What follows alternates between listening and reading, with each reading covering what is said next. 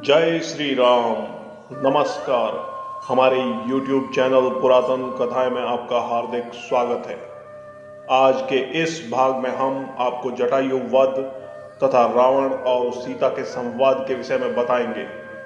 पिछले भाग में हमने बताया रावण द्वारा हरण कर लिए जाने के पश्चात सीता वृद्ध जटायु को देखकर अपनी सहायता के लिए पुकारती है और अब इससे आगे सीता की करुण पुकार सुनकर जटायु ने उस ओर देखा तथा रावण को सीता सहित विमान में जाते देखकर बोले, अरे रावण, तू एक पर स्त्री का हरण करके ले जा रहा है। अरे लंकेश, यह महाप्रतापी श्री राम की भार्या है। एक राजा होकर तू ऐसा निंदनीय कर्म कैसे कर रहा है? राजा का धर्म तो पर स्त्री की रक्षा करना है। तू काम के वशीभूत होकर अपना विवेक खो बैठा है। छोड़ दे राम की पत्नी को। हे रावण, मेरे समक्ष तू सीता को नहीं ले जा सकता। प्राण रहने तक मैं सीता की रक्षा करूंगा। ठहर, मैं अभी आता हूं तुझसे युद्ध करने। जटायु के इन कठोर अपमानजनक शब्दों को सुनकर रावण उसकी ओर झपटा, जो सीता को मुक्त कराने के लिए विमान की ओर तेजी से बढ़ रहा था। विशालकाय दो पर्वतों की भांति वे एक दूसरे से टकराए। क्रुद्ध जटायु ने अपने पराक्रम से 2 बार रावण के धनुष को तोड़ डाला, उसके रथ को तहस नहस कर डाला और रावण के सारथी का वध कर डाला। उन्होंने मार मार कर रावण को घायल कर दिया। घायल होने के बाद भी रावण वृद्ध और दुर्बल जटायु से अधिक शक्तिशाली था। अवसर पाकर उसने जटायु की दोनों भुजाएं काट ली। पीड़ा से व्याकुल होकर मूर्छित हो जटायु पृथ्वी पर गिर पड़ा। जटायु को भूमि पर गिरते देखकर जानकी हा राम हा लक्ष्मण कहकर विलाप करने लगी। रावण ने सीता को उसके केश पकड़कर उठा लिया और आकाश मार्ग से लंका की ओर उड़ने लगा। उस समय उन्नत भाल वाली सुंदर कृष्ण केशों वाली गौरवर्णा मृगनयनी जानकी का सुंदर मुख रावण की गोद में पड़ा ऐसा प्रतीत हो रहा था जैसे पूर्णमासी का चंद्रमा नीले बादलों को चीर कर चमक रहा हो। सीता का क्रंदन सुनकर वन के सिंह, बाघ, मृग आदि रावण से कुपित होकर उसके विमान के नीचे उसके पीछे पीछे दौड़ने लगे। पर्वतों से गिरते हुए जल प्रपात ऐसे प्रतीत हो रहे थे मानो वे भी सीता के दुख से दुखी होकर करुण क्रंदन करते हुए अश्रु बहा रहे हो। श्वेत बादलों से आच्छादित सूर्य भी ऐसा प्रतीत हो रहा था जैसे अपनी कुल वधु की दुर्दशा देखकर उसका मुख श्रीहीन हो गया हो। सब सीता के दुख से दुखी हो रहे थे। दुष्ट रावण से मुक्ति का कोई उपाय न देखकर सीता दीनता पूर्वक परमात्मा से प्रार्थना करने लगी, हे परम पिता परमात्मा, हे प्रभु, मेरी रक्षा करो, रक्षा करो। हे सर्वशक्तिमान, इस समय मेरी रक्षा करने वाला तुम्हारे अतिरिक्त और कोई नहीं है। हे दयामय, मेरे सतीत्व की रक्षा करने वाले केवल तुम ही हो। मार्ग में सीता ने एक पर्वत पर 5 वानरों को बैठे देखा। उनको देखकर सीता ने यह सोचकर कि शायद ये राम को मेरा समाचार बता सके, अपने सुनहरे रंग की रेशमी चादर में वस्त्र को फाड़कर आभूषण बांधकर उसे उन वानरों के बीच गिरा दिया। तीव्र गति से उड़ने में व्यस्त रावण को सीता के इस कार्य का बोध नहीं हो पाया। वनों, पर्वतों और सागर को पार करता हुआ रावण सीता सहित लंकापुरी में पहुंचा। वहां उसने सीता को मय दानव द्वारा निर्मित सुंदर महल में रखा और क्रूर राक्षसियों को बुलाकर आज्ञा दी, मेरी आज्ञा के बिना कोई भी इस स्त्री से मिलने न पावे। यह जो भी वस्त्र, आभूषण, खाद्य पदार्थ मांगे वह तत्काल इसे दिया जाए। इसे किसी भी प्रकार का कष्ट नहीं होना चाहिए और न कोई इसका तिरस्कार करे। अवज्ञा करने वाले को दंड मिलेगा। इस प्रकार राक्षसियों को आदेश देकर अपने महल में पहुंचा। वहां उसने अपने 8 शूरवीर सेनापतियों बुलाकर आज्ञा दी, तुम लोग जाकर दंडक वन में रहो। हमारे जनस्थान को राम, लक्ष्मण नामक 2 तपस्वियों ने उजाड़ दिया है। तुम वहां रहकर उनकी गतिविधियों पर दृष्टि रखो और उनकी सूचना मुझे यथाशीघ्र देते रहो।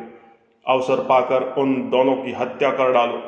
मैं तुम्हारे पराक्रम से भली भांति परिचित हूँ, इसीलिए तुम्हें उन्हें मारने का दायित्व सौंप रहा हूँ।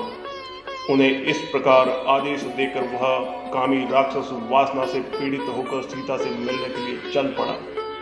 दुख से कातर और राम के वियोग में अश्रु बहाती हुई सीता के पास जाकर रावण बोला, शोभने, अब उस राज्य से च्युत दीन तपस्वी राम के लिए अश्रु बहाना व्यर्थ है। राम में इतनी शक्ति कहाँ है कि यहाँ तक आने का मनोरथ भी कर सके। तू उसे विस्मृत कर दे। विशाल लोचने, तू मुझे पति के रूप में अंगीकार कर ले। समुद्र से गिरे 100 योजन विस्तार वाले अपने इस राज्य को मैं तुम्हें अर्पित कर दूंगा। मैं जो तीनों लोकों का स्वामी हूँ, तेरे चरणों का दास बनकर रहूंगा। मेरी समस्त सुंदर रानियां तुम्हारी दासी बनकर रहेगी। समस्त देव, दानव, नर, किन्नर जो मेरे दास हैं, तेरे दास बनकर रहेंगे। तेरे पहले के दुष्कर्म तुझे वनवास का कष्ट देकर समाप्त हो चुके हैं और अब तेरा पुण्य कर्म ही शेष रह गया है। अब मेरे साथ यहाँ रहकर समस्त प्रकार के पुष्पहार, दिव्य गंध और श्रेष्ठ आभूषणों आदि का सेवन कर। सुमुखी, तेरा यह कमल के समान सुंदर, निर्मल और मनोहर मुख शोक से पीड़ित होकर शोभाहीन हो गया है। मुझे स्वीकार करके इसे पुनः शोभायमान कर। धर्म और लोकलाज का भय निर्मूल है। यह सब मात्र तेरे मिथ्या विचार है। किसी सुंदरी का युद्ध में हरण करके उसके साथ विवाह करना भी तो वैदिक रीति का ही एक अंग है। इसीलिए तू निशंक होकर मेरी बन जा। मैं तेरे उन कोमल चरणों पर अपने ये 10 मस्तक रख रहा हूँ। मुझ पर शीघ्र कृपा करो। रावण के इन वचनों को सुनकर शोक से कष्ट पाती हुई वैदेही अपने और रावण के बीच में तिनके का ओट करके बोली, हे नराधम, परम पराक्रमी, धर्म परायण व सत्य प्रतिज्ञ दशरथ नंदन श्री रामचंद्र जी ही मेरे पति हैं। मैं उनके अतिरिक्त किसी अन्य की और दृष्टि तक भी नहीं कर सकती। यदि तूने मुझे बलपूर्वक मेरा अपहरण किया होता तो अपने भाई खर की तरह जनस्थान के युद्ध स्थल पर ही मारा गया होता, किंतु तू कायरों की तरह मुझे चुरा लाया है। तेरे इस अनर्गल प्रताप से ऐसा प्रतीत होता है कि अब लंका सहित तेरे विनाश का समय आ गया है। तू इस भ्रम में मत रह कि यदि देवता और राक्षस तेरा कुछ नहीं बिगाड़ सके तो राम भी तुझे नहीं मार सकेंगे। उनके हाथों से ही तेरी मृत्यु निश्चित है। अब तेरा जीवन काल समाप्त प्राय हो चुका है। तेरे तेज, बल और बुद्धि तो पहले ही नष्ट हो चुके हैं, और जिसकी बुद्धि नष्ट हो चुकी होती है उसका विनाश काल दूर नहीं होता है। अरे राक्षसाधम, तू महापापी है, इसलिए मेरा स्पर्श नहीं कर सकता। कभी तूने सोचा भी है कि कमलों में विहार करने वाली हंसिनी क्या कभी कुकुट के साथ रह सकती है? तू मेरे इस संज्ञा शून्य जड़ शरीर को बांध कर रख ले या काट डाल, मैं कलंक देने वाला कोई भी निंदनीय कार्य नहीं कर सकती। सीता के कठोर एवं अपमानजनक वाक्य सुनकर रावण कुपित होकर बोला, हे मनोहर हास्य वाली भामिनी, मैं तुझे 12 मास का समय देता हूँ। यदि 1 वर्ष के अंदर तू स्वेच्छापूर्वक मेरे साथ नहीं आई तो मैं तेरे टुकड़े टुकड़े कर दूंगा। फिर वह राक्षसियों से बोला, तुम इसे यहाँ से अशोक वाटिका में ले जाकर रखो और जितना भय और कष्ट दे सकती हो दो। लंकापति रावण की आज्ञा पाकर राक्षसनियां सीता को अशोक वाटिका में ले गई। अशोक वाटिका एक रमणीय स्थल था, किंतु पति वियोग और निशाचरी दुर्व्यवहार के कारण सीता वहां अत्यंत दुखी थी। सीता का अशोक वाटिका में प्रवेश जानकर पितामह ब्रह्मदेव देवराज इंद्र के पास आए और बोले, सदा सुख में पली हुई पतिव्रता महाभागा सीता पति के चरणों के दर्शन से वंचित होने के कारण दुखी और चिंताओं से संतप्त हो गई है और प्राण यात्रा अर्थात भोजन नहीं कर रही है। ऐसी दशा में निसंदेह वे अपना प्राण त्याग कर देगी। अतः तुम शीघ्र लंकापुरी में प्रवेश करके उन्हें उत्तम भविष्य प्रदान करो। ब्रह्मा जी की आज्ञानुसार इंद्र तत्काल लंकापुरी पहुंचे। उन्होंने निद्रा देवी की सहायता से समस्त राक्षसों को मोहित कर दिया। फिर वे सीता के पास जाकर बोले, हे देवी, आप शोक न करें, मैं सचीपति इंद्र राम की सहायता करूंगा। मेरे प्रसाद से वे विशाल सेना लेकर समुद्र पार करके यहाँ आएंगे। अतः तुम इस भविष्य को स्वीकार करो। इसे खा लेने पर तुम्हें हजारों वर्षों तक भूख और प्यास संतप्त नहीं कर पाएगी। संकित सीता ने उनसे कहा, मुझे कैसे विश्वास हो कि आप देवराज इंद्र ही हैं।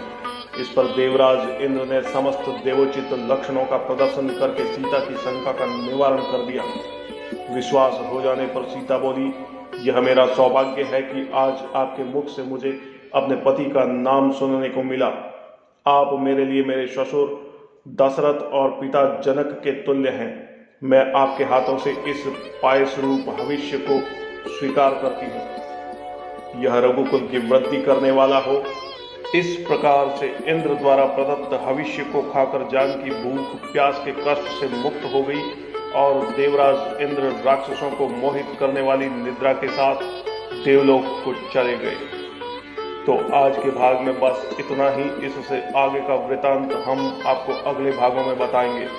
हमारा आज का यह अंक आपको कैसा लगा, कमेंट्स बॉक्स में अपनी प्रतिक्रिया के साथ लाइक करके अनुग्रहित करें तथा हमारे YouTube चैनल पुरातन कथाएं को सब्सक्राइब करें, शेयर करें। धन्यवाद।